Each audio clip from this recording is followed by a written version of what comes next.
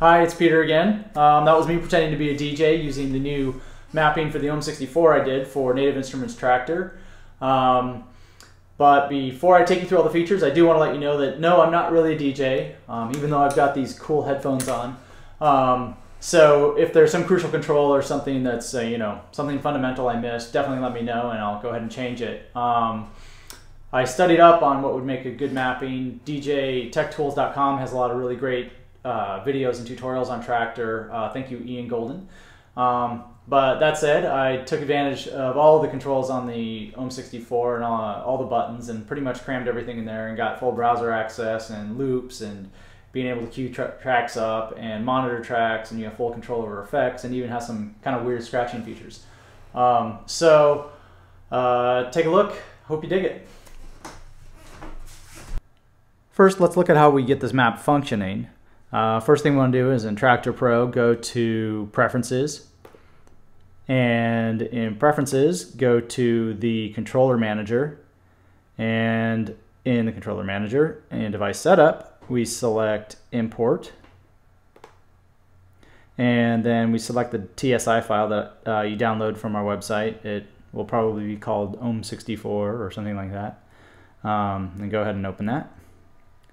And make sure that the in-port and out-port are set to your Ohm64 control surface. On Windows, it'll probably be USB audio. And now it should work. Let's go ahead and test it out really quickly. Yeah, so now we can see that the browser is popping up when I hit the F2 button. And now we're set up and ready to roll. Alright, now that we have the setup file loaded and the ohms talking to Traktor, we can take a look at how to actually use this baby. So the first place to start is the browser. We can take a look at our graphic here, and we've got the browser mapped up in these top four buttons, and we can pull up the browser by hitting F2 and navigate in the browser using the F6 and F3 buttons. And we also have the preview player. Can't hear it right now because of course the preview only goes through the headphone monitors, and you can load and unload tracks in the preview. If you don't see the preview player in your setup in Traktor Pro, you have to go to the preferences and set it up. There's a switch in there that makes it so that you can view that. So to load a track, let's find something that will load easily, or rather sync easily. So I can go here and press button 1 to load it into deck A. I've got the decks organized into quadrants on the 64 button grid here. So this is deck A, B, C, and D, as you might imagine. We can take a look and see like what are all these, what the labels are for all the buttons and the functions that are assigned in our graphic. And if you wanted to, we have a printable version of that, and you can just cut it out with an X-Acto and lay it over. And so we can go ahead and start a track, and we have volume control over here on our decks. And stop the track. We can hit Q and get it to the Q point and start it again. Let's go ahead back to the browser and find something else to load. And what will work nicely with that, I don't know. Maybe Steam Machine. Let's try that. Load it into deck B and move our crossfader over and press play. And that's pretty loud and crunchy. And if we listen to both tracks, they're not really in sync, but fortunately Traktor gives you some nice controls over that. If you want, you can use the manual sync with pitch slider and the key. Let me turn down the volume on B, so you can hear that I'm changing the pitch, or changing the speed of playback, so changing the tempo. So yeah, you can do that manually with these controls over here by default, or you can just use the automatic sync capabilities if your grids are set. So I'll hit sync on both of these and cue them up, turn up the volumes, and now when I press play, it should be nicely synced up. Sounds a bit silly. So if I wanted to, I could really make that sound crunchy and lower the key a little bit.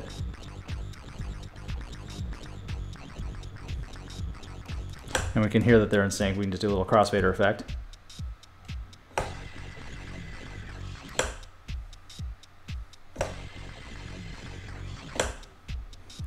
And so those are some basics of just, you know, getting some things playing.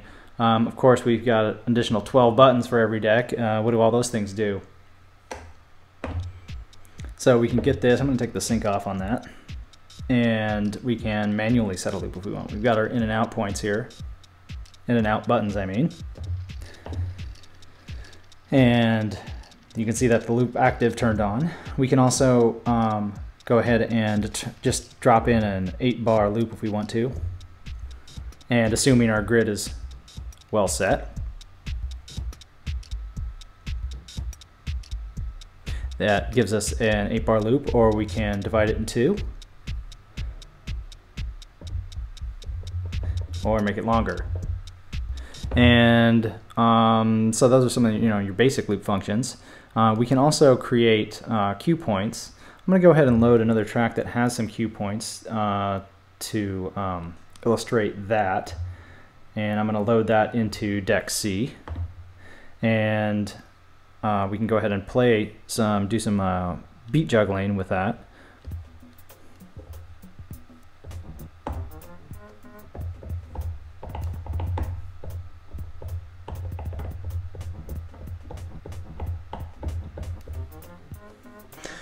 So you can actually, you know, sort of break up these tracks and remix them live. And of course, the cues are, you know, momentary. But if you want it to play, you can just go ahead and press play while you're holding it down and let it go. And we can sync it to the master tempo. And in theory, this doesn't want to sync. Okay, whatever. I don't know Traktor that well. And so those are some nice looping tricks, as you can see, beat juggling tricks, that type of stuff. Also, of course, we have our EQ up here. And that's, of course, for mid, high, and low. And that's, of course, the same for all 4 decks over here on the left. And the next thing to know about is, well, what's going on over here. As I showed you, I have pitch and knob controls, but what I've set up is a series of pages here. So right now none of these are illuminated, so we're just sort of on the default page, and that gives us pitch and key control for all 4 decks.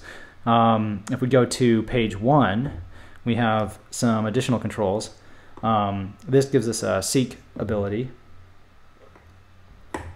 and we can go ahead and scrub through the track.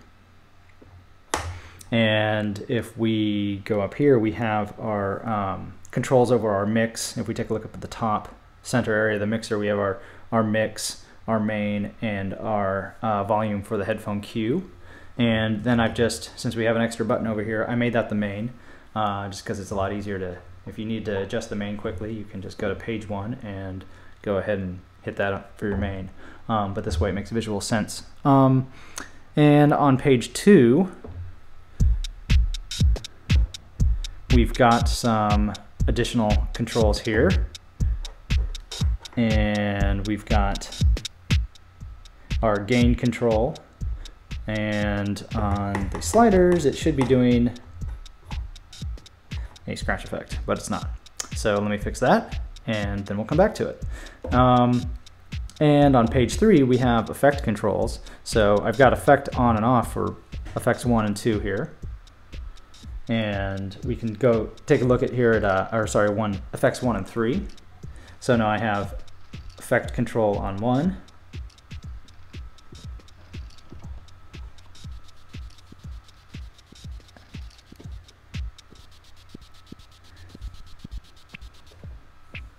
And we've also got effects on 2. We've got a delay effect there right now. You can set these up as you like.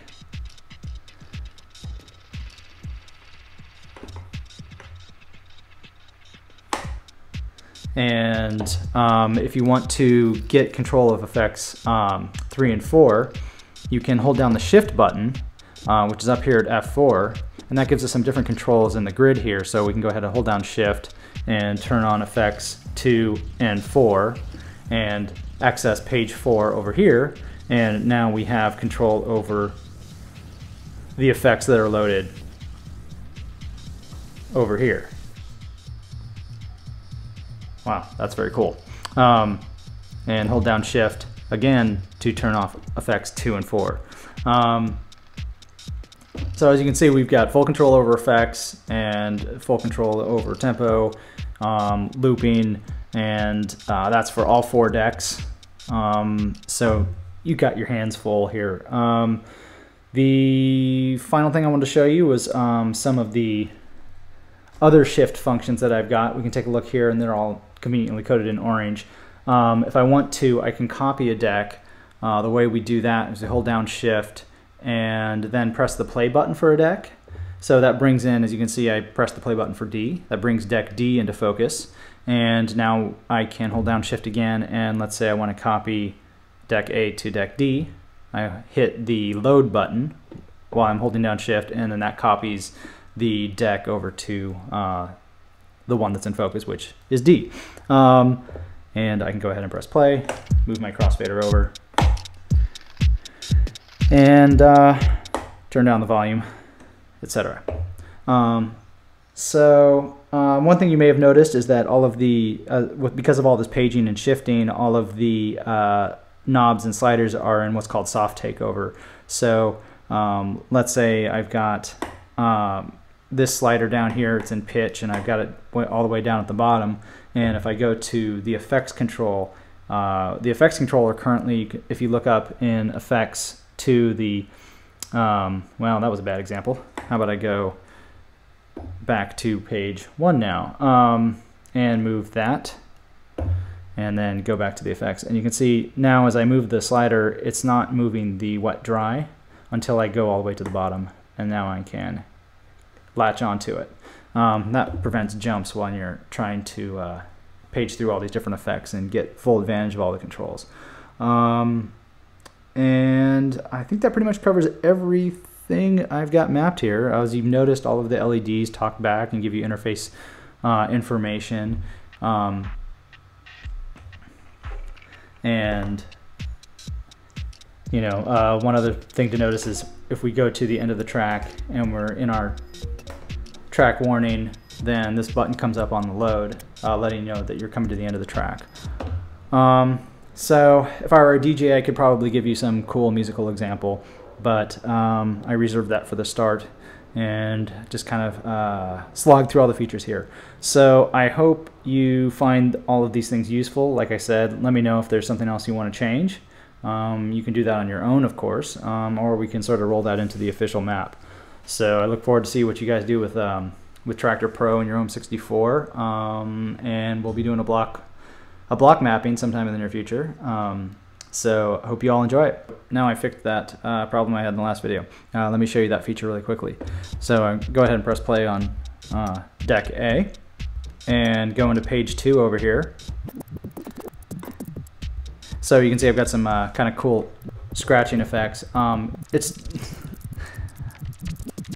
It's mostly because you can make cool noises with it. It's not because you're going to do all of the same type of scratching effects that you would get with a turntable. But, you know, being able to mix in some strange little turntable noises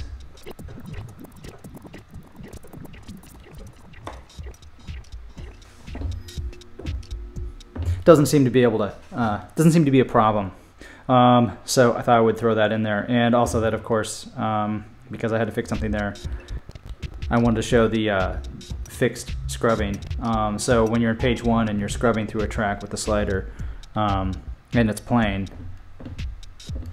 you can actually just sort of scrub it up to a point, press play.